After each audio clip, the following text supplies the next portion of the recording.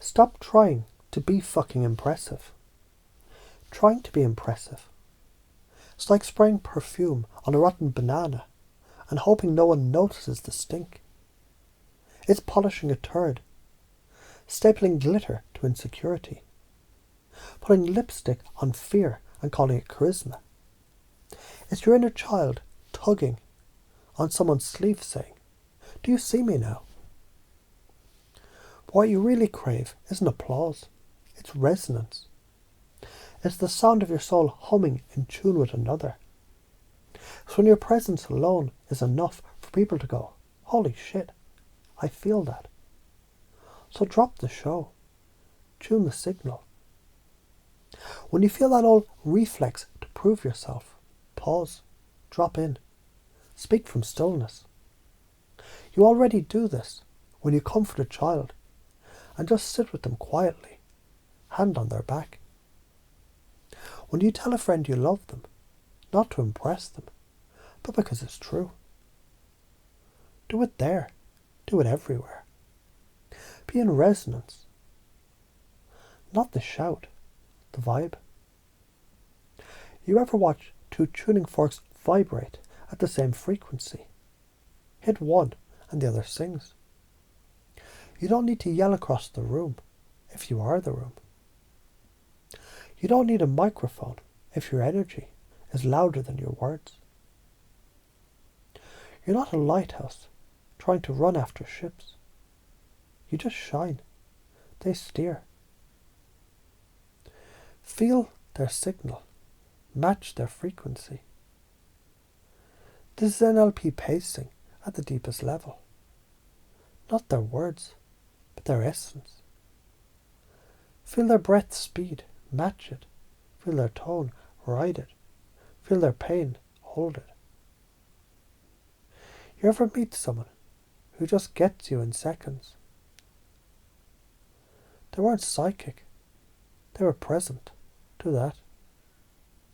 Talk with people like your soul already knows theirs. Because it fucking does. This isn't about talking to them. It's about talking through the veil. It's remembering. You're not two egos shaking hands. You're two divine frequencies brushing past each other, pretending to be human for a while. You do this when you look someone in the eye and just know what they're not saying. You say, "I don't know why I'm saying this, but I think you need to hear it." And they burst into tears. That's not random. That's resonant transmission. From now on, you treat every person like a soul you already made a contract with. Speak from that place. And if they can't hear you, maybe you're still shouting in a frequency they've outgrown. Truth bomb. You're not being ignored. You're being too loud. On the wrong dial. It's like blasting dubstep in a temple and wondering why the monks are annoyed. Match the depth. This is sleight of mouth. Maybe they're not rejecting you. Maybe you're offering steak to someone who's just become a vegetarian. You ever try to explain a spiritual insight to someone mid-burnout hustle? It doesn't land. Not because you're wrong, because they're not there yet. You need to go where they are, not where you wish they'd be. Drop lower, breathe deeper, speak less, feel more. This is the neurobiological gear shift. You're getting out of your fucking head and back into your body. Out of beta wave, how do I look? Into alpha wave, what do I feel? Your nervous system is an instrument. When you drop into your belly and let your breath go slow and deep, you go from AM static to FM clarity. People don't just hear you, they feel you. Every time you catch yourself tightening up, speed talking, trying to prove a point, pause.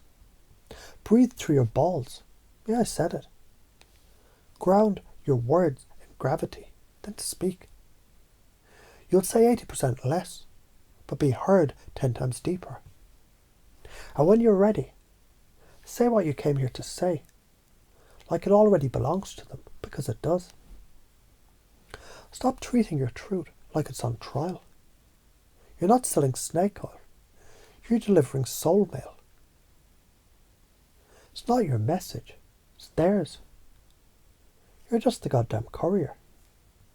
You ever get a flash of insight but second guess yourself and say nothing? That's karma biting you later with a whisper of regret.